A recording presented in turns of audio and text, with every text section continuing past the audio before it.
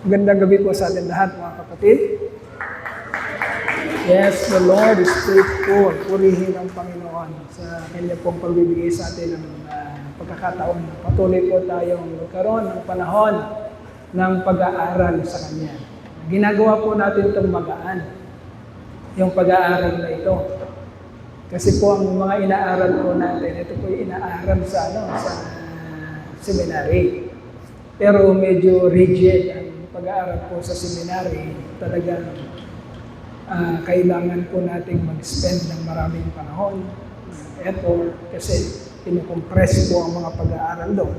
At kailangan matapos sa takdang mga panahon.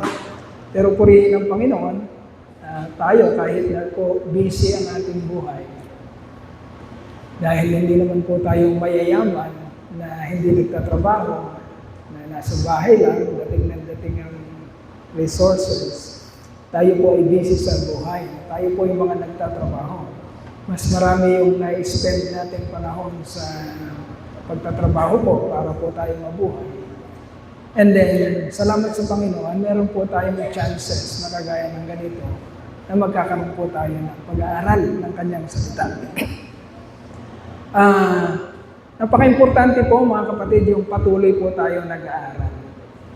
Hindi po pwedeng maging stagnant ang ating pong buhay mananampalataya. Dahil po sa pag-aakala lang natin na minsan, isang araw, tinanggap natin ang Panginoon and then, okay na. Hindi na ako mag-aaral. Hindi ko na bubuksan yung banal na kasulatan. Okay na, ligtas na ako. Gagawin ko na kung ano yung mga gusto kong gawin. Mga kapatid, meron pong totoong pagtanggap sa Panginoon. Kasi marami po tayong makikita, lalo na sa panahon natin ngayon. Marami po tayong makikita, medyo mainit, pwede may urong natin. Medyo mainit eh.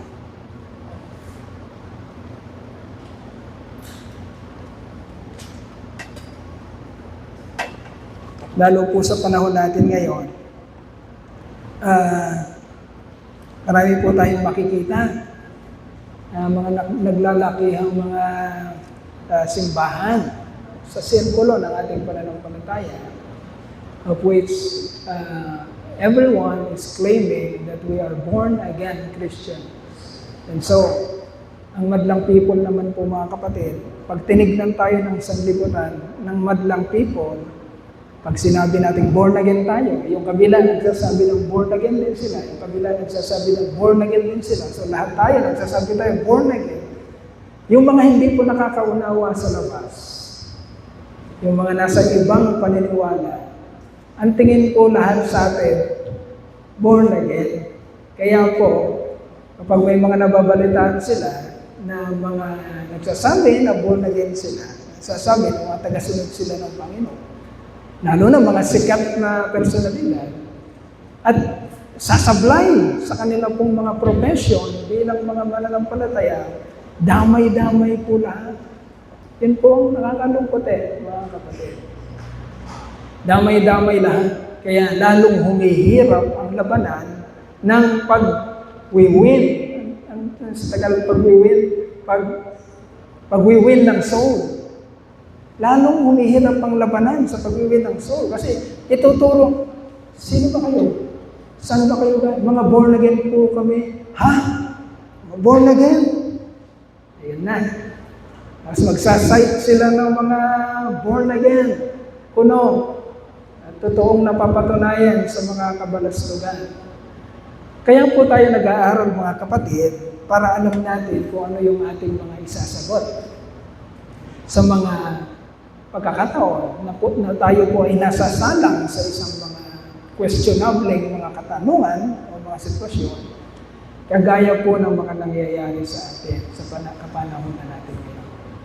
Para po, huwag tayong pagbigla tayong tinanong at challenge sa ating pananampalataya. Biglang, ganun ba?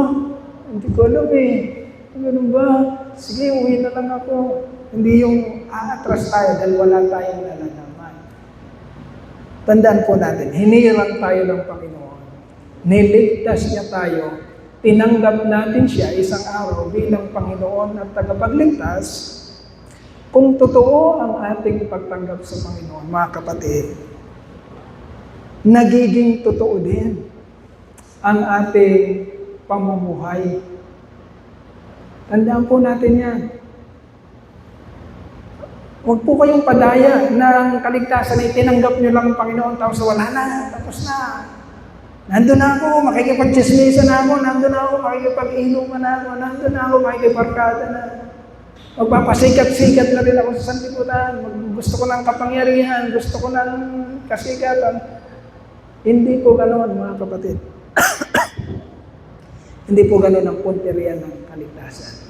At kailangang matutunan po natin. At matututunan lamang po natin, mga kapatid, sa pamamagitan ng pag-aaral. Yung ginagawa po natin every Sunday, isang oras, nakikinig po tayo ng preaching. Preaching po yun. Wala kayong magagawa, kundi makinig. Hindi kayo pwedeng magtaas ng kamay, magtanong, mag-expound na kung ano hindi nyo naiintindihan. Kasi preaching po yun. That event or that moment is designed for us to hear what God is preaching or saying for that particular moment para sa buong iglesia. Corporate hearing ng Word of God. But moments like this, mga pagkakataon, mga kapatid, ng pag-aaral, relax po tayo. Pwede kayong magmerienda. At kailangan i-ano nyo po yung pagkakataon na yon. Ilang minuto, ilang oras na tayo dito. Kailangan i-maximize yung pagkakataon. Makikinig talaga kayo kasi sayang. Kasi wala pong magtsatsaga sa atin na magturo ng makatotohanan, kundi tayong pamilya. Hindi tayo pagtsatsagaan ng iba. Tandaan niyo yan. Parang mga magulang. Ang mga totoong magulang, mga kapatid, hindi nagsasawa ng pakikialam sa anak. Tama ba? Nagsasawa ba kayong pakialaman yung anak niyo? Hindi. Naiinis sa atin yung mga bata dahil patuloy tayo nakikialam. Napakapakialamero natin sa mga bata. Kasi mahal natin sila. Diba? Puro bunganga, puro pagpapaalala. Ganito, ganyan. Ganun ang tunay ng mga magulang. Talagang nag-aaral sila, nakikialam sila. Hindi na pinababayaan, mapariwara ang mga anak. So, ganun din ang ating Panginoon, mga kapatid. Binibigyan tayo ng pagkakataon ng Panginoon para turuan palagi. Hindi niya tayo hinahayaang banjing, walang ginagawa yun, palaboy-laboy, walang nangyayari sa buhay, walang punteriya, tumatanda na walang mga pinagkakatandaan. Ayaw natin ang ganong istorya. Pagharap natin sa Panginoon sa langit, ilang taong kang Kristiyano? 50 years po akong Kristiyano. Anong nangyari sa 50 years po? Ano nga bang nangyari? Hindi pwede, di ba? Hindi pwede. We are elected by God.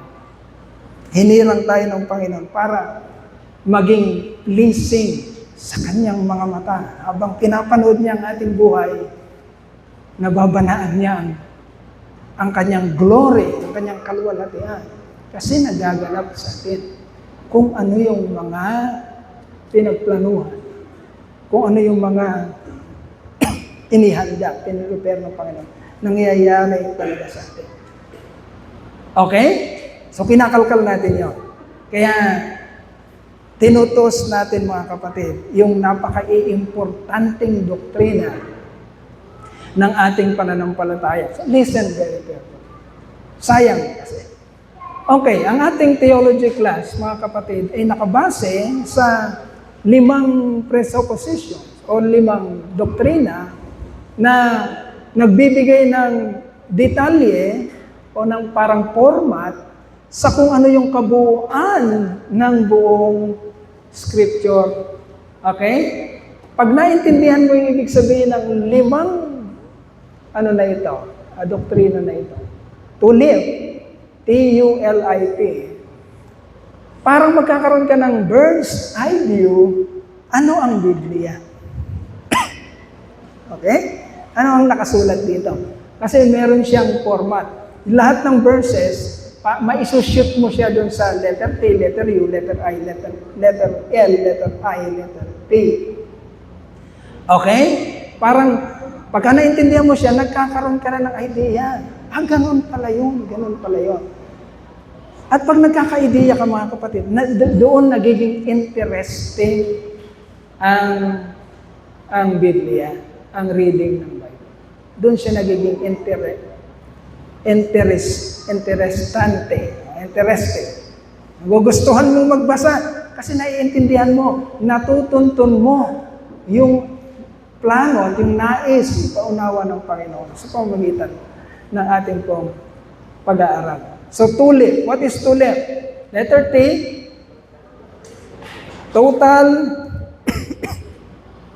depravity, or sa Tagalog, lubusang pagkapahamak. Okay? Tulip, letter T, total depravity o lubusang pagkapahamak. Pag binuksan mo yung Bible, at the early onset, sa book ng Genesis, anong makikita mo doon? The fall of man. Okay, makikita mo kaagad doon. Pagbukas mo ng Bible sa Old Testament, ang unang book na makikita mo doon is Genesis. Sa Genesis, makikita mo na kaagad anong istorya niya. Paano sinisimulan ng istorya ng Biblia? Nahulog ang tao sa kasalanan. Okay? Nung mahulog ang tao sa kasalanan, hindi na siya makabangon. Wala na siyang kakayanang makabangon. Lubusan na siyang napahamak. Ano ba yan? Lubusan na siyang napahamak. So lahat ng tao ngayon, nandun sa ganong kalagayan. Totally depraved. Tapos na tayo daw. Kaya lang, kailangan nating minsan balik-balikan para maikonekta nyo. Nasaan na ba tayo? Paano ba nagkukunek yung bawat mga pag-aaral na ginagawa natin doon sa mga nauna na nating pinag-aralan?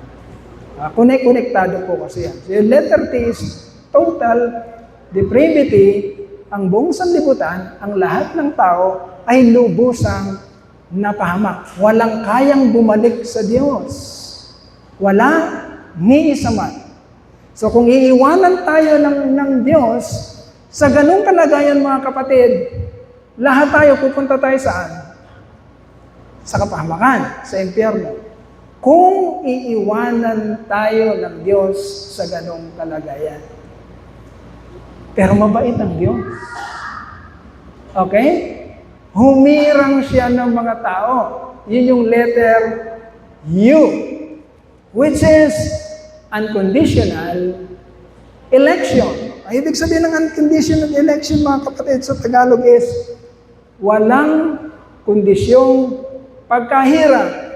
Bakit kailangan walang kondisyon ng pagkahirang ng Diyos? Bakit kailangan pag namili siya, wala siyang titignan sa mga taong pinili niya? Bakit? Masasagot natin yung pag binalikan mo yung letter T.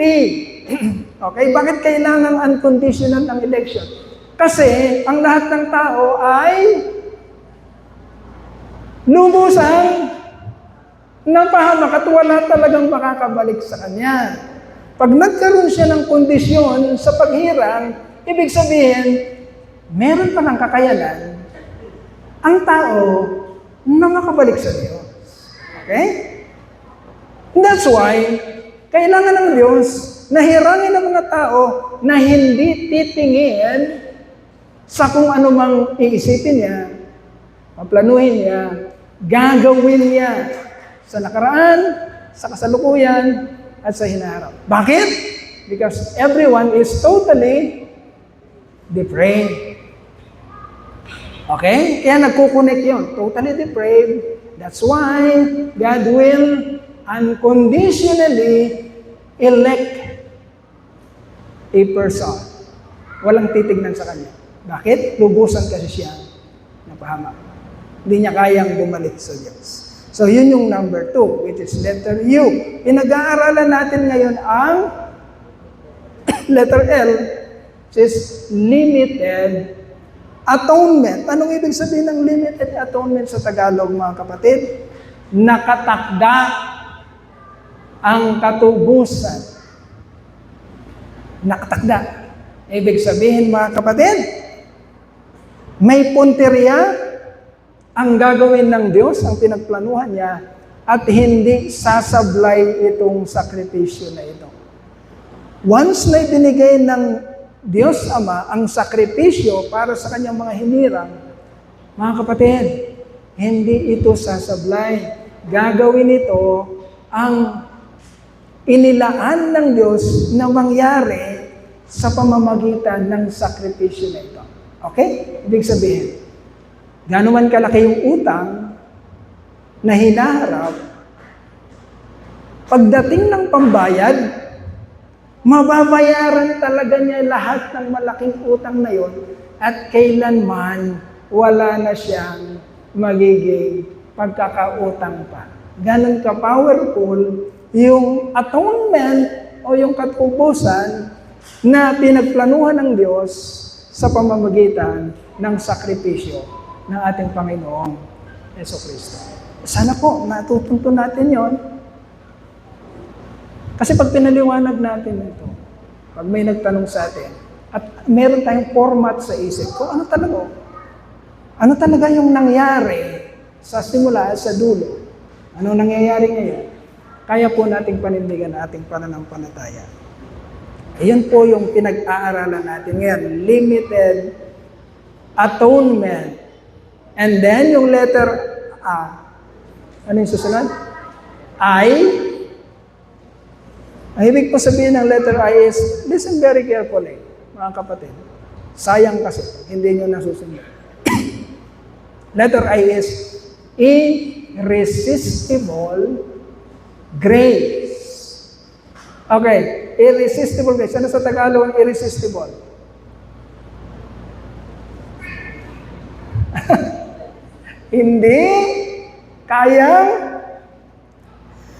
Hindi matatanggihan grasya ng Diyos. Hindi kayang tanggihan grasya ng Diyos. Okay. Bakit hindi kayang tanggihan? Pagdating ng sakripisyo ng Panginoon, which is the atonement of God, binigay na yung sakripisyo, binigay na yung kapangyarihan. Kapag kayang tanggihan yon, mga kapatid, ibig sabihin, may mas malakas na kapangyarihan kaysa doon. Okay? Kapag kayang tanggihan yung plano ng Diyos at yung kanyang gawain, ibig sabihin, meron pang mas malakas kaysa sa kapangyarihan ng Diyos. But in our doctrine of limited atonement, or sa Tagalog ay nakatakdang katubusan, once na itinakda ng Diyos, inilandak niya, listen very carefully, you are not listening very carefully, my dear brethren. Sayang to. Napakahinam ng katotohanan na ito. Bakit irresistible ang grace? Kasi ang kapangyarihan na yun, pag pinuntirya ng Diyos, binigay niya yung buo niyang lakas at ibinalong sa tao, sa kanyang hinirang. Walang sino mang kayang tumanggi doon. You cannot say to God, no. Placing you as someone who is higher than the power of God when He offered His salvation to you. Although salvation is being rejected by many, hindi lahat ng tao nag-accept ng salvation. Pero ang pinag-uusapan natin, mga kapatid, sa kanyang mga hinirang, sa mga taong niloob ng Diyos na piliin, hindi sa kung kung sino siya, because that is unconditional. Sa mga taong hinirang ng Diyos, kapatid, ni isa man sa kanila, walang makakatanggi kapag ibinalong na ng Diyos ang kanyang kapangyarihan ng kagandaan loob o ng grasya ng Diyos. Okay? Irresistible. Hindi matatanggihang grasya ng Diyos. Tatanggapin at tatanggapin ito ng kanyang mga hinirang. Alam ko, mga kapatid, sa mga isip nyo, parang hindi nyo madakot talagang hindi nyo maintindihan sa unang pagkarinig ng mga doktrina, sa unang parang there's something in us na parang hindi matanggap na ganun ang plano ng Diyos. Pero sa pagpapatuloy niyong pag-aaral, mga kapatid, kung kayo'y magkukontinue na mag-aral, if you are intellectually honest, ano yung intellectually honest? Yun bang talagang nag-aaral ka, pero sa pag-aaral mo, wala ka talagang masungtungang ibang katotohanan kundi yun, sapagkat yun talaga ang sinasabi ng banal na kasulatan na hindi kayang pasubalian. Kasi pwedeng tumatanggi ang isip mo, tanggi ang isip mo, ayaw ko ng ganyan truth. Pero, siya sa atin mo, bakit mo ayaw? Ano bang pinaninindigan mo? Ano bang basihan ng iyong pag-ayaw? So, kakalkalin mo. To be intellectually honest, mga kapatid, kakalkalin mo talaga ang katotohanan. Kung ayaw mo yan, panindigin mo yung gusto mo. Ano ba ang gusto mo? Ano ba ang mga basihan mo doon sa gusto mo? Kapag wala kang makitang basihan sa gusto mo, hindi nagiging malinaw ang gusto mo ayon sa salita ng Diyos.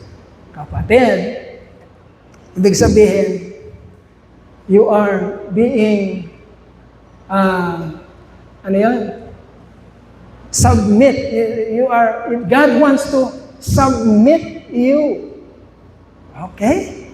Doon sa kanyang karunungan at katotohanan na kailanman, kapatid, hindi mo kayang hadlangan at hindi mo kayang taasan. Okay?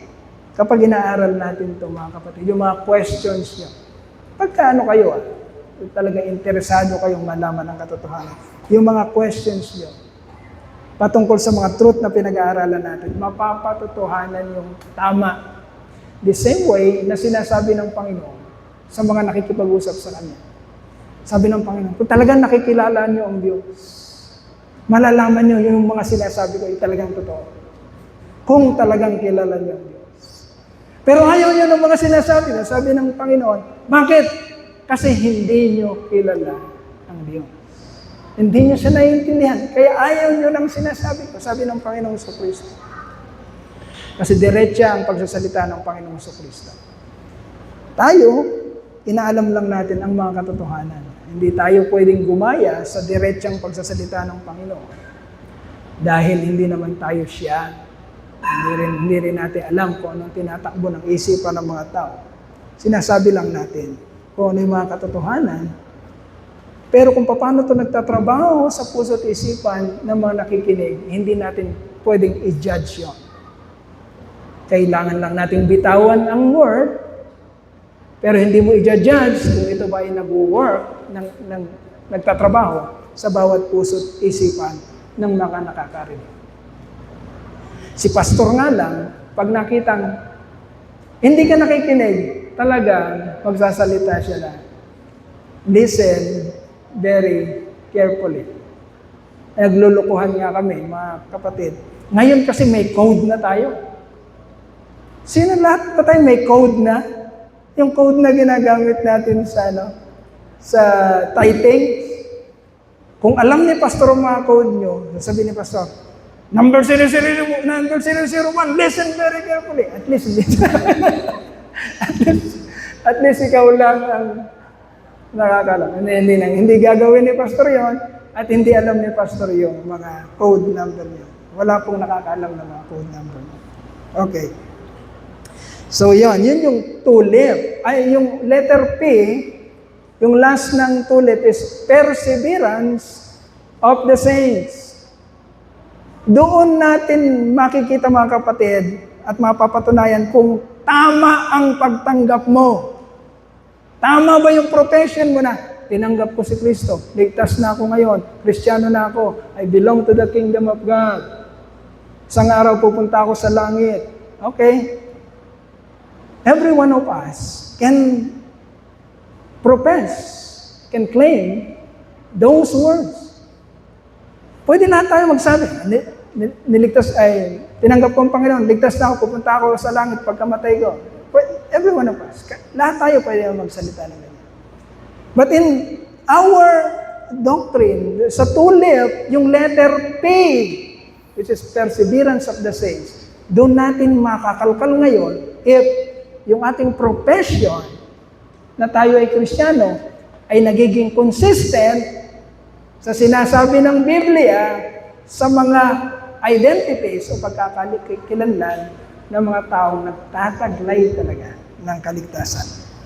Hindi yung mga taong nagsasabi lang na ligtas sila, kundi mga taong nagtataglay talaga ng kaligtasan. Okay? Kaya lagi niyong marinig kay Pastor Doy dito sa pulpito na hindi tayo mangangako ng kaligtasan. Okay? Kasi that is judgment. Never na marinig sa bibig ni Pastor Doy, Nanay Lori, ligtas ka na! Never niyong marinig sa akin yun. Ang inutos sa atin ng Panginoon, ituro natin ang kaligtasan. Sino ba ang kaligtasan? Ang Panginoong Hesukristo. Iyon ang sinasabi ng Biblia. Ituro natin ang kaligtasan.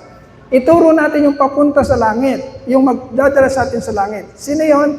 John 14:6. Jesus said, I am the way, the truth, and the life.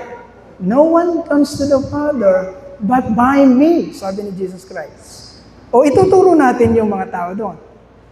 Pastor, gusto ko maligtas. Okay, ituturo kita kay Jesucristo. Ibig sabihin ng ituturo kita kay Jesucristo, yung ginagawa natin ngayon.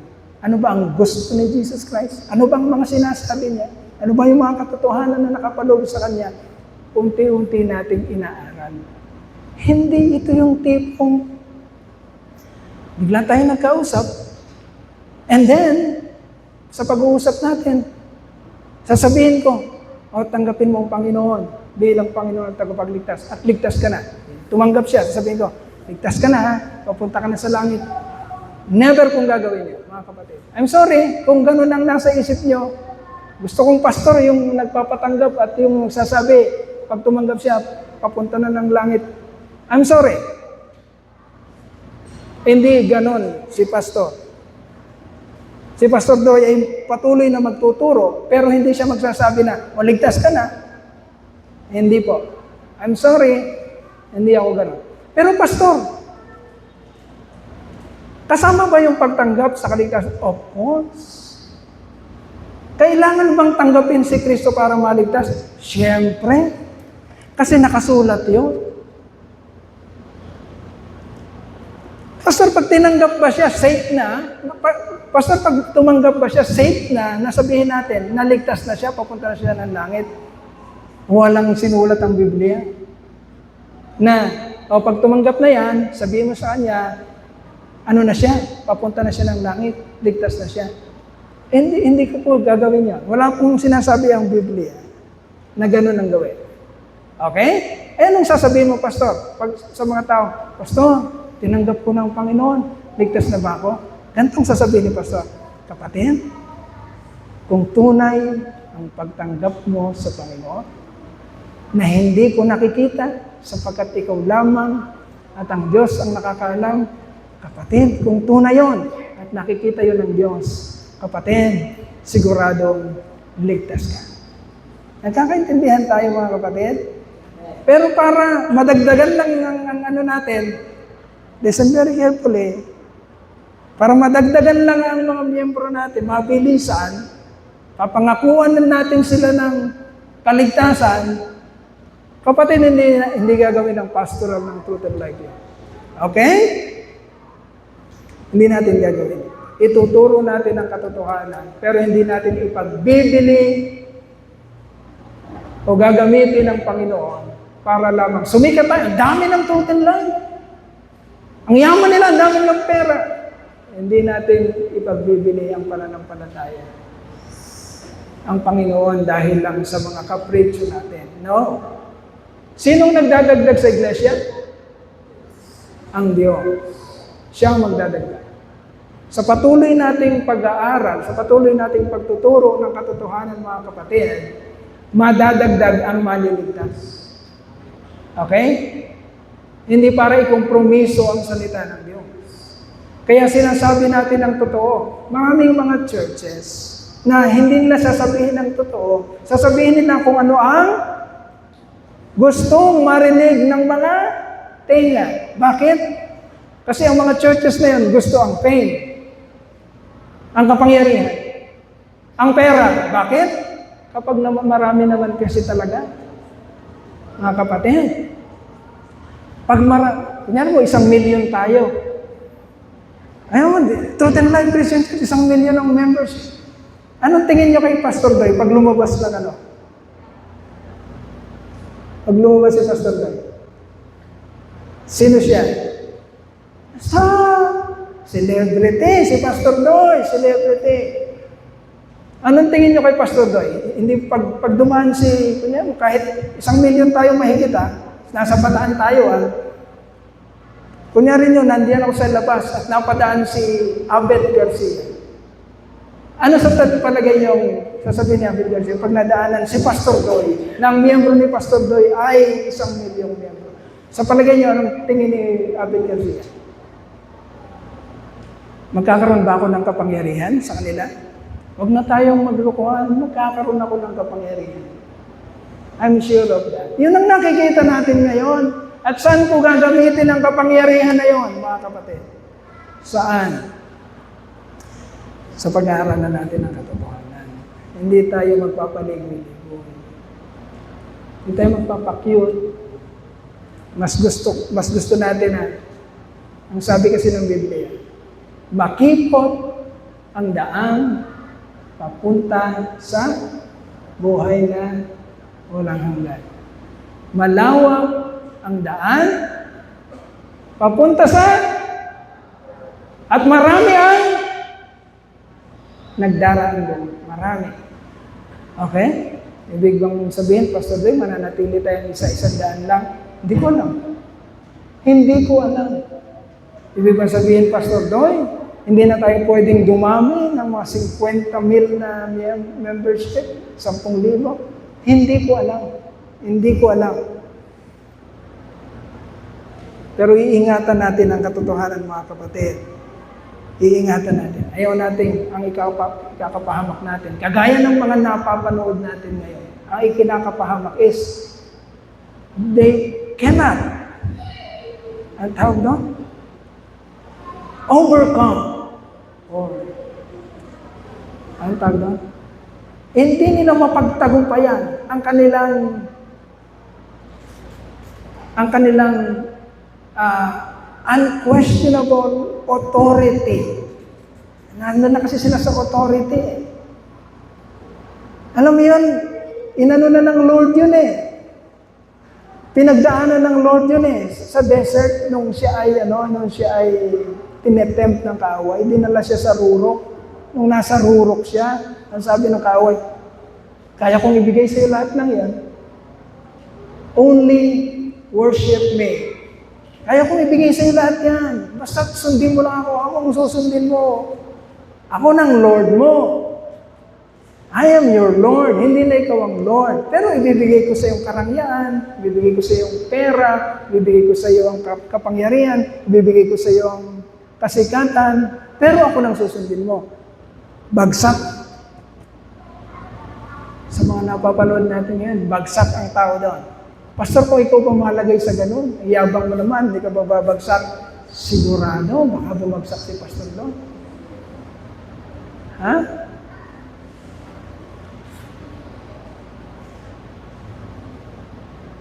Hindi tayo nagyayabangan, hindi natin niyayabangan, mga kapatid. Sapagkat iba ang gusto ng flesh sa espiritu.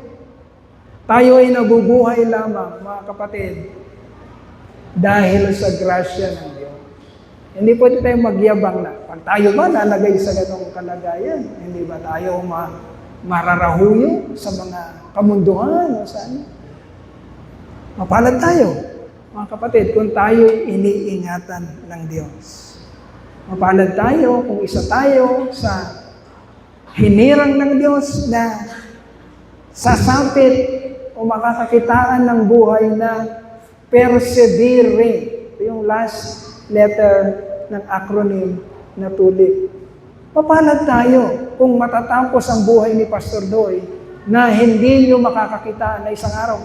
Aba, pagkayabang-yabang magsalita ni Pastor Doy. Yabang-yabang. Kung makasigaw, ganun. Isang araw, nasilip. Wow, si Pastor Doy, aba. Nandun pala, meron parang mga kapalastugan, ganun, si Pastor Doy. Hindi tayo nagyayabang ng ganun, mga kapatid. Pero yun ang gustong makita ng Lord sa atin. Yung last letter ng TULIP, which is perseverance of the saints. Sa Tagalog ay ang pananatili ng buhay na mapanagumpay ng mga hindirang ng Diyos. Okay? Pero ito naman, mga kapatid, ang masarap na dapat ay naiintindihan natin at dapat yun ang pananampalataya natin. Kapatid, hindi sasablay ang Diyos kung ikaw ay talagang hinirang. Listen very carefully. Kailanman hindi sasablay ang Diyos kung talagang ikaw ay isang hinirang. Sapagkat sa simula't-simula pa, pinagplanuhan na ng Diyos, siya ang nagsalita, siya ang nagplano, siya ang humirang, siya ang pumili, siya ang magdidestino, siya ang gagawa, siya ang magpapaging banal, siya ang magpapanatili. Mga kapatid, ang hinirang ng Diyos kailanman hindi sasablay. Pastor, paano ako? Meron akong mga manakanakang yung mga kasalanan, nakakagawa ko mga kasalanan. Baka hindi nyo lang alam, pero meron akong mga manakanakang kasalanan. Kapatid, may flesh ka, laman, ang tawag dyan, laman. Okay? Ang sabi ng Biblia, ang sinasabi ng Biblia, walang mabuti. Ito, maglilinawan tayo. Sabi ng Panginoon, sa flesh o sa laman, walang mabuti makikita ang Diyos. Kaya nga, tatapusin niya itong flesh eh. Hindi man makakasapit ang flesh na to papuntang langit eh. Magkakaintindihan tayo mga kapatid. Baka ingat na ingat kayo sa flesh na yan. Baka masyado niyong iniingatan yan kaysa sa espiritu niyo. Hindi magtatapos yung flesh na yan. Ang dami na nating kapatiran na hindi na natin kapiling yan. Bakit? Kasi nagtatapos ang flesh. Okay? Ang flesh na to, sabi ng Biblia, walang mabuti sa flesh na yan. Para masagot nyo rin na baka kasi ay isip nyo na kailangan pala perfecto. Kailangan pala hindi numero. Kailangan pala hindi ako sasablay sa linya na ito. Ganito lang pala, walang sablay. Hindi ganon, mga kapatid. Kaya nga nag-aaral tayo ng truth. Kailangan nyo maintindihan ano yung flesh, ano yung spirit, ano yung soul. Okay? Yung spirit, yung born again spirit, mga kapatid, medyo lumalayo tayo dito, pero kailangan nyo yun eh. Yung spirit, yung na born again sa'yo, kapatid, kalaban yun ng flesh. Huwag mong isiping magkakampi yun. Kailangang nararanasan nyo yung war na yun, war. Meron talagang war. Consistent war. Hindi ito, mamaya, makita mo, magkasamang nag-uusap si flesh at si spirit. Oh, anong merienda mo ngayon? Anong ulam mo? Di gaya naman. Hindi. Para maintindihan niyo mga kapatid, consistent ang labanan ni flesh at ni spirit. Pero tatandaan niyo, nung walang spirit, sino lang ang nasusunod? Flesh. Pwedeng galing-galingan ka dito sa harap, pero wala ka naman talagang spirit. Galing-galingan ka sa harap, pero may mga nakatago ka. Na ilulutang ng Diyos isang araw kung ano yung mga nakatago mo. Okay? Kasi wala ka naman talagang spirit. Okay, nabubuhay ka as a natural man, galing-galingan ka sa madlang people, pero pag ikaw lang mag-isa, dahil wala namang kalaban si flesh. Naintindihan natin? Walang kalaban si flesh, nangyayari talaga kung anong gusto mong gawin.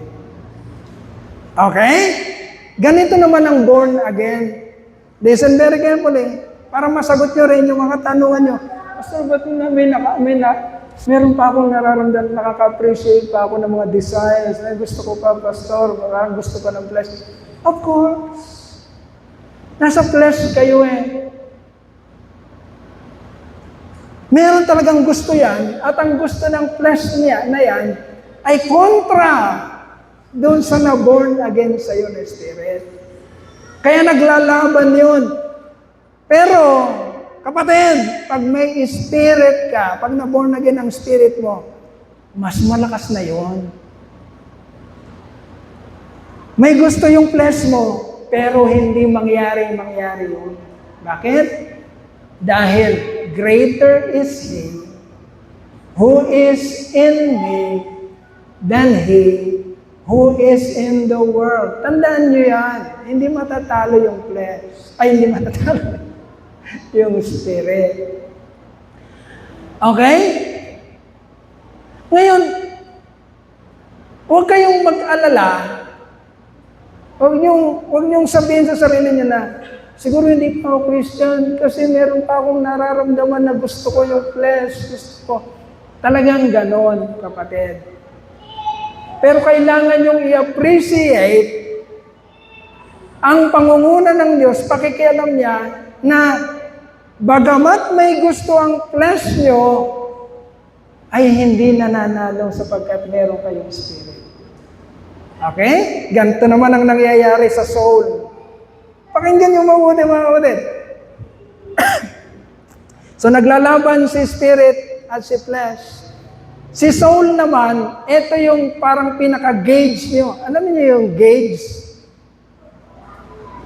Kunyari nyo, yung pag sinabi natin gauge, ito yung nagiging batayan nyo kung ano yung nangyayari.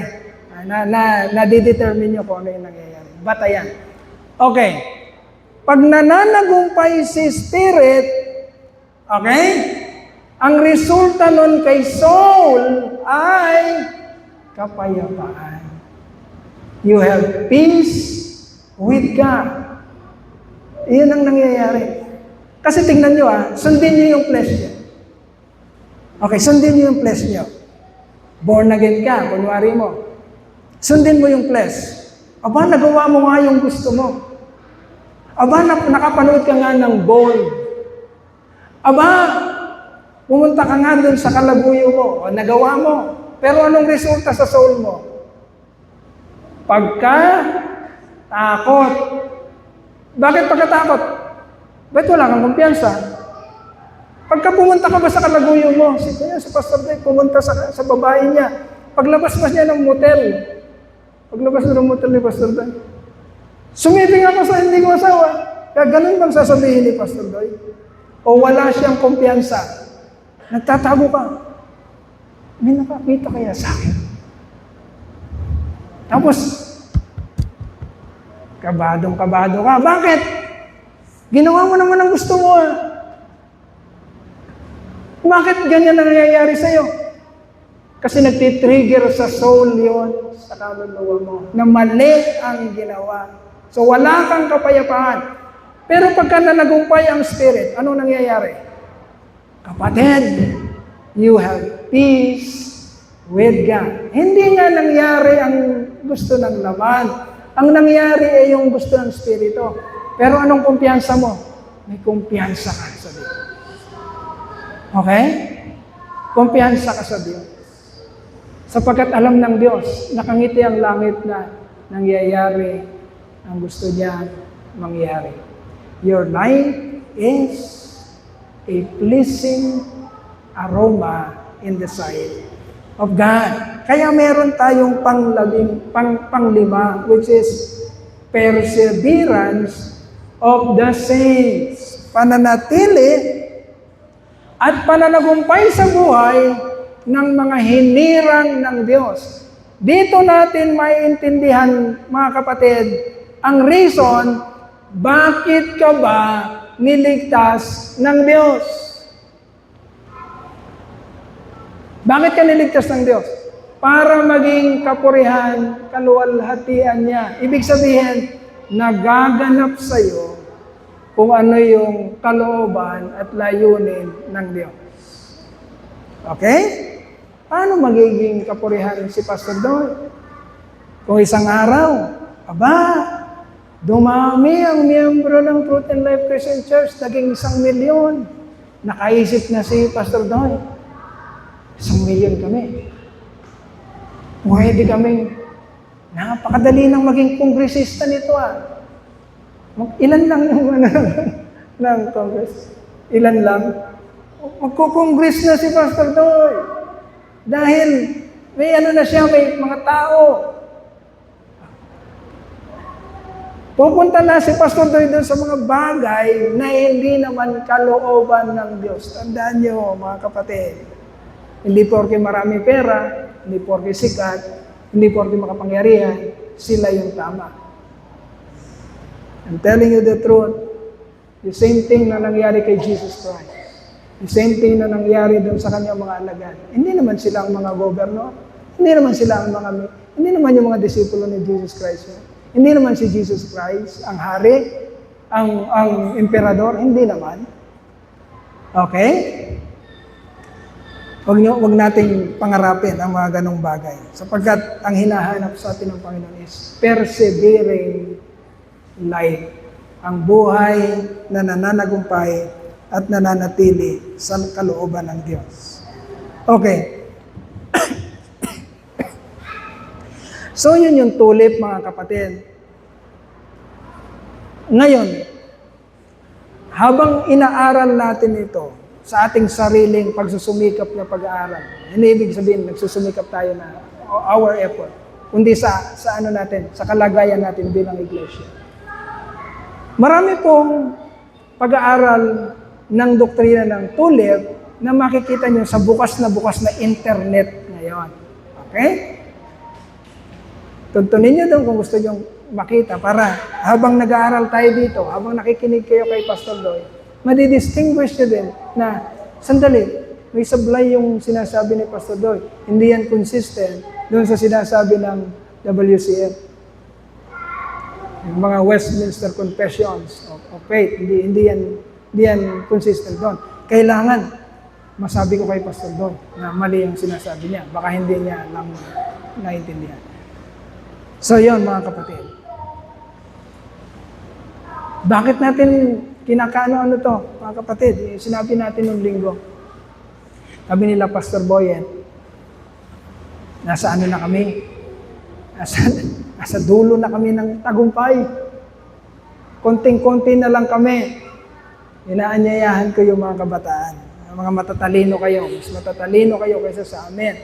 So, para magpatuloy yung mainam na pagkaunawa ng iglesia sa mga palatuntunan ng Diyos, sa mga karunungan ng Diyos. Mga kapatid, simulan niyo yung pag-aaral. Hindi natin alam ang panahon. Hindi natin alam. Dati, 3 kami nila, Pastor Boyan, magkakapatid, magkakaibigan. Si kasi malayo sa amin, batang-bata si Pastor Jonathan. Dati 3 kami, o 2 na lang kami ngayon. Hindi natin alam. Hindi natin alam, mga kabataan. Kailangan magpapatuloy ang karunungan, kailangan magpapatuloy ang teolohiya, ang doktrinang tama sa iglesia. Ayaw nating isang araw, pagka hindi kayo nakinig at hindi kayo nag-aral, isang araw, pagtayo nyo dito, dadalhin nyo na naman ang church dun sa mga kalalagayang parang napapanood natin ngayon. Na nakakalungkot. Sa usapan namin ni Pastor Jonathan, etong katotohanan, sasabihin namin sa inyo, ang katotohanan na ito. Ang katotohanan, ang isang pastor, kaya talaga niyang dalhin ang iglesia sa kung saan niya gustong dalhin. Yun ang katotohanan.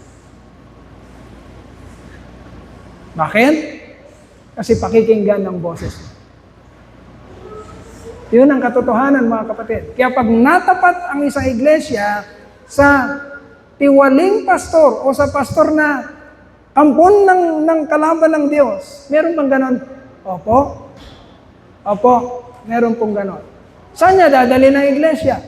Ang sabi ng Biblia, kapag ang tagapagturo ay bulag at ang mga nakikinig ay bulag, saan sila pupulutin? Sa hukay. Yun ang sabi ng Biblia. Paano naman natin masasabi na nakakakita ang tagapagturo nyo? Kapag ang tinuturo ng tagapagturo nyo ay kung ano ang sinasabi ng banal na kasulatan ng Diyos. Kung wala na dito, bulag ang tagapagturo nyo. Hindi niya naiintindihan kung anong kanyang tinuturo. So mga kapatid, yun ang tulip. Total depravity, unconditional election, limited atonement, irresistible grace, perseverance of the saints. I felt the need to highlight once again this acronym, TULIP, so that mga kapatid, habang tinutuloy natin yan, mahaba kasi ito nasa letter L pa lang tayo sa kalagitnaan, limited atonement. Unti-unti niyong mailagay sa, ma-shoot dun sa, may connecta pala dun sa mga tuloy-tuloy nating pag-aaral. Para hindi windang yung isipan natin. Kasi pagka nanonood kayo ng telenovela at hindi nyo naman napanood yung mga unang pinanood nyo, I'm telling you the truth, kung hindi nyo naiintindihan yung mga unang pinanood ng telenovela, magiging tiring ang panonood nyo ng telenovela. Pero kung nasusundan nyo yung telenovela, tama ba, Sister Yoli? Pag napapanood nyo yung telenovela, alas 5 pa lang, alas 7 yung telenovela, alas 5 pa lang. Anong-ano ka na? Kasi nga, naiintindihan mo wala sa simula. Nasusubay ba yan? So, ganun ang gusto natin mangyari. So, yung pag-aaral natin very light. Kasi hindi na tayo magpapatuloy dun sa ano. Okay na yan, yung TULIP, mga kapatid, yung acronym ng TULIP. Total depravity, unconditional election, limited atonement, irresistible grace, and perseverance of the saints. Okay, pagpapatuloy natin next time. So, yun po mga kapatid. Palakpakan po natin ang ating Panginoon.